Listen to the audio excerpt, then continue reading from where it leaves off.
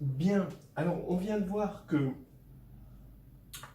si E est un espace de dimension finie, alors un sous-espace, tout sous-espace, est encore de dimension finie et de dimension plus petite. Alors voilà encore un corollaire. On va prendre F et F', deux sous-espaces vectoriels d'un espace vectoriel E de dimension finie, donc on est sûr que E et F et F' pardon, sont de dimension finie. Alors, regardez ce qu'on a. F est inclus dans F' et dim de F égale dim de F'. Ben, ça suffit pour avoir l'égalité F égale F'. Donc ça va être très très important.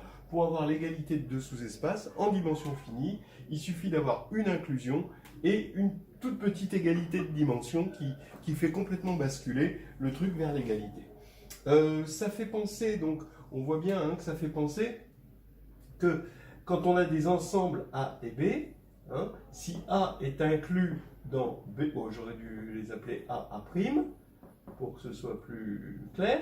Si A est inclus dans A' et que le cardinal de A est égal au cardinal de A', alors A est égal à A'.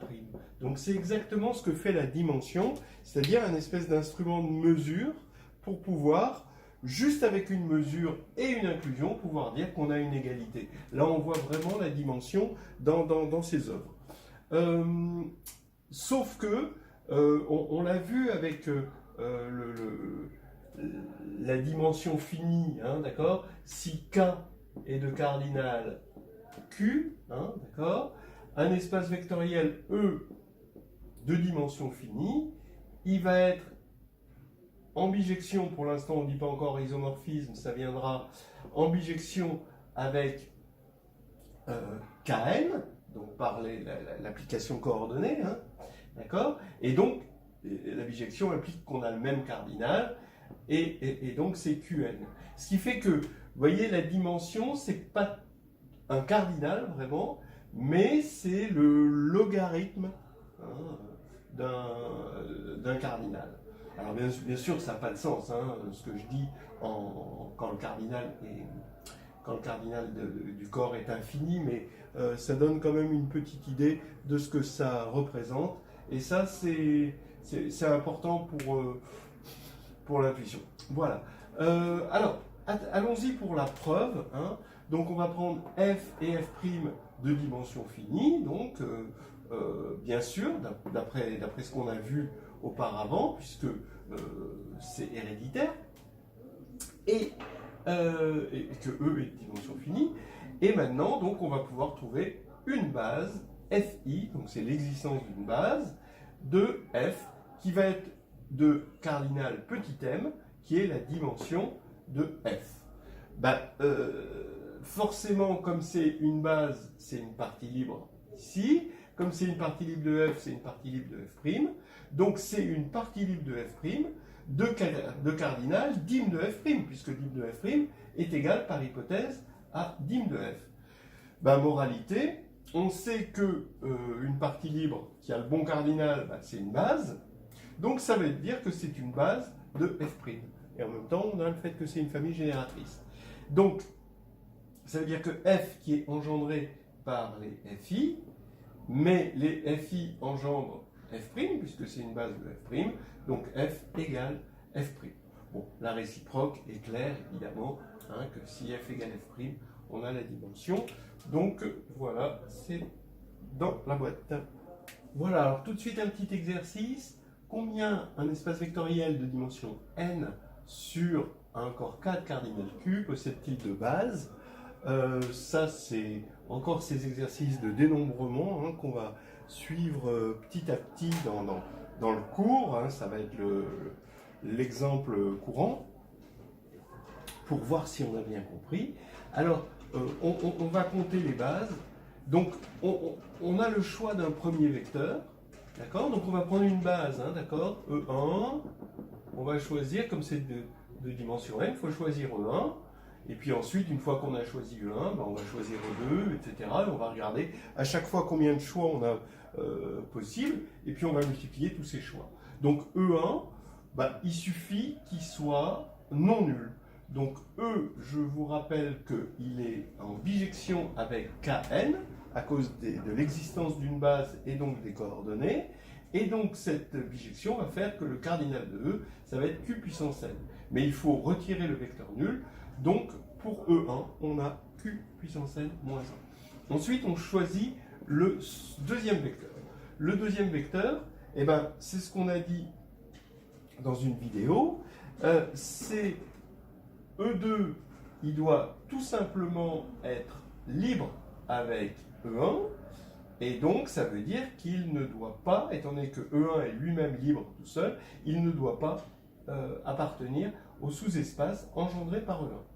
Mais comme E1 est libre, ben le sous-espace engendré par E1 a pour base E1, puisque à la fois c'est générateur et libre, donc c'est de dimension 1, parce que c'est le cardinal d'une base. Donc ça veut dire que le cardinal de ce qu'on appelle une droite engendrée par E1, ben c'est de cardinal donc Q puissance 1, puisqu'on a vu que c'était Q puissance la dimension. Donc il faut prendre tout l'espace, sauf ce Q puissance 1. D'accord? Je peux mettre 1 ici. Puis ensuite, le choix du troisième vecteur. Bon, ben voilà. Donc il faut que E1, E2, E3 soient libres. Sinon, on n'a aucune chance d'avoir une base, hein, évidemment. Et maintenant, E3, ça veut dire qu'il ne doit pas être dans le sous-espace engendré par E1, E2. Mais comme E1, E2 est une partie libre, ce sous-espace a pour base E1, E2, et donc sa dimension c'est 2. Maintenant, ça veut dire que son cardinal, le cardinal de ce qu'on appelle un plan ici, bah, c'est Q puissance 2, d'après la formule, que le cardinal c'est Q puissance la dimension. Et donc, comme il faut éviter ce plan, et ben, E3, on peut le choisir parmi Qn moins Q2. Voilà, élément.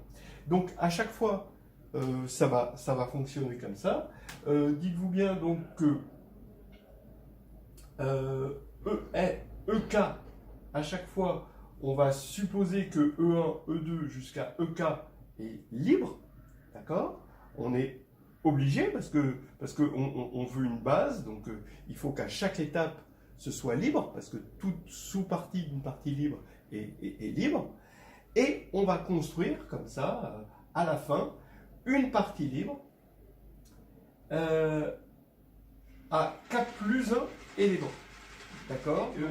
J'avais une partie libre à K éléments, par exemple, E1 jusqu'à EK, et je construis, je prends EK plus 1, qui n'est pas dans le sous-espace engendré par E1 jusqu'à EK. Et comme ce sous-espace est engendré par cette partie libre, c'est aussi une base, donc c'est de dimension K, et on va avoir Qn moins K possibilités pour choisir le K plus unième vecteur. Et à la fin, qu'est-ce qu'on obtient? Eh bien, on obtient une partie libre. Là, c'est le premier vecteur, là, c'est le deuxième vecteur, là, c'est le troisième vecteur, là, c'est le nème vecteur. Et quand on aura obtenu une partie libre à n éléments, eh bien, on aura obtenu une base. Voilà. Et on a compté le nombre de bases. Et voilà ce nombre-là qui fait un petit peu penser à un nombre factoriel. On peut l'écrire d'une autre façon, hein, si on veut. On peut l'écrire Q facteur de nn-1 sur 2, parce qu'ici je mets Q en facteur, Q2 en facteur, Qn-1 en facteur. J'ai une série arithmétique de raison 1. Et ici, je vais récupérer ceci. Et maintenant, quand j'ai mis tout ça en facteur, là, j'ai Qn-1, facteur de Qn-1, moins 1, jusqu'à Q-1. Ça ressemble à un factoriel, ça fait penser à un factoriel, et c'est pas tout à fait innocent si ça ressemble à un factoriel.